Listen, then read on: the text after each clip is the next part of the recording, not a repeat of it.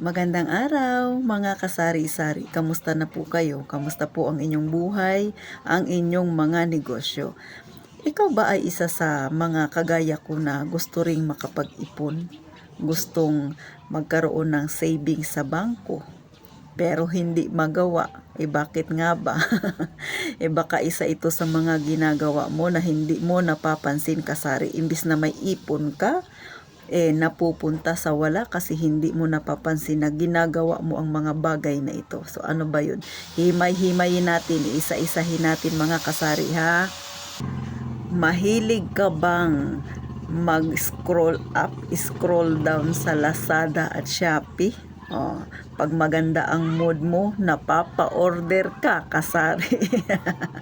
Syempre, alam na alam ko kasi gawain ko rin yan. Isa yon sa mga ginagawa natin na hindi natin napapansin. Na minsan kahit hindi natin kailangan, di ba? Tapos scroll ka. Nakita mo ngayon may magandang bestida, may magandang sapatos o tsinelas na kahit meron ka pa, na ilang piraso na nga ang meron ka, napa-order ka kasi maganda ang nakita ng iyong mga mata.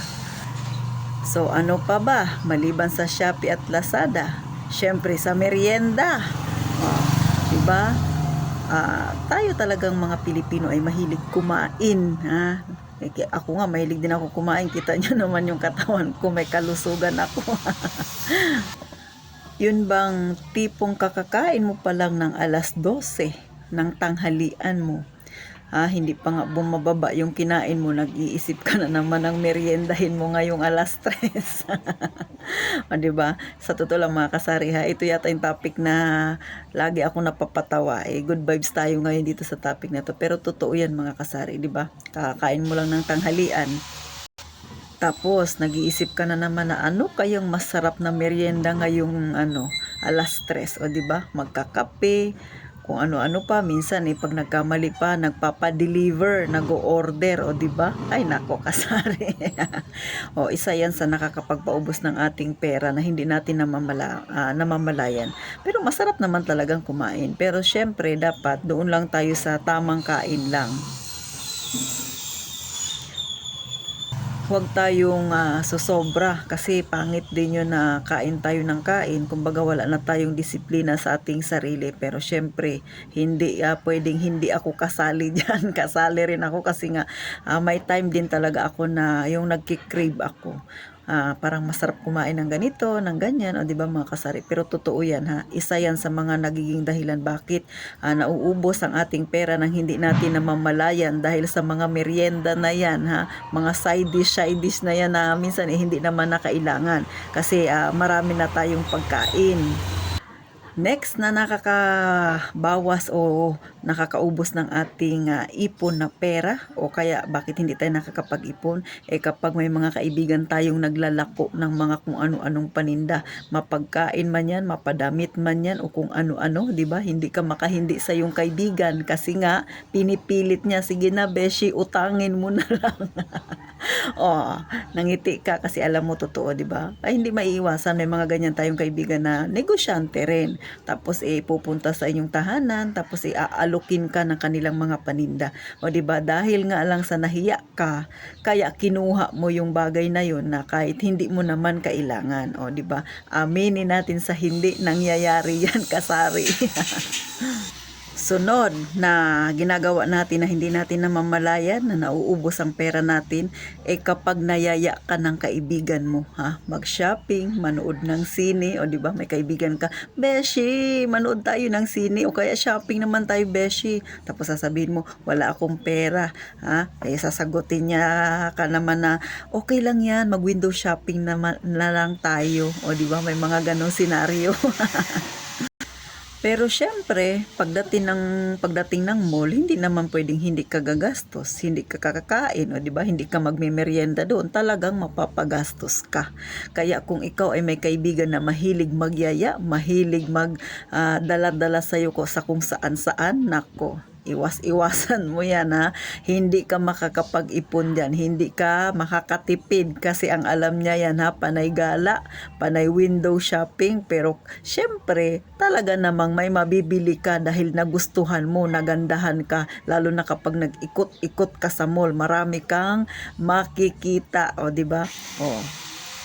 So, ilan lang yan sa mga ginagawa natin mga kasari na hindi natin namamalayan na yung ating pera ay unti-unti nating nauubos. Kaya hindi tayo nakakapagtipid, hindi tayo nakakapag-ipon dahil sa mga iilang bagay na yan na hindi natin napapansin.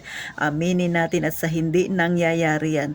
At saka ako din, aminado din ako dyan. Lalo na yung window shopping na yan mga kasari. Talaga naman at saka yung pag-i-scroll sa Lazada. O ganyan mga kasari, di ba? Kahit may gamit ka pa talagang mapapabili ka lalo na kung maganda talaga ang itsura.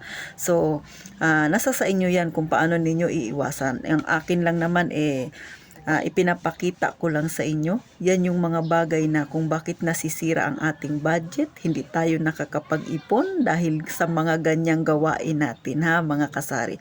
Pero ano pa man ang mga sasabihin ko, nasa sa inyo pa rin yan. Disiplina talaga ang kailangan natin para tayo'y makapag-ipon. Ang pag-ipon naman, hindi yan sa paramihan. 'Di ba? Hindi yan sa pabilisan, kundi paano ka dumisiplina ng iyong sarili, paano mo baguhin yung habit mo. Kasi katulad sa akin, habit ko na talagang magmerienda ng tuwing alas 3, so 'di ba? So, nasa sa akin na 'yon kung paano ko babaguhin ang style na 'yon. So, ganun din kayo mga kasari. Kasi kapag lagi nyo nang ginagawa, nakakasanayan na natin, parang normal na lang sa atin, pero sa totoo lang, isa yan sa mga dahilan bakit hindi tayo nakakapag-ipon. So paano, napangiti ko ba kayo, natawa kayo sa mga ganyang senaryo sa atin na totoong nangyayari sa ating mga nasa masa, o diba?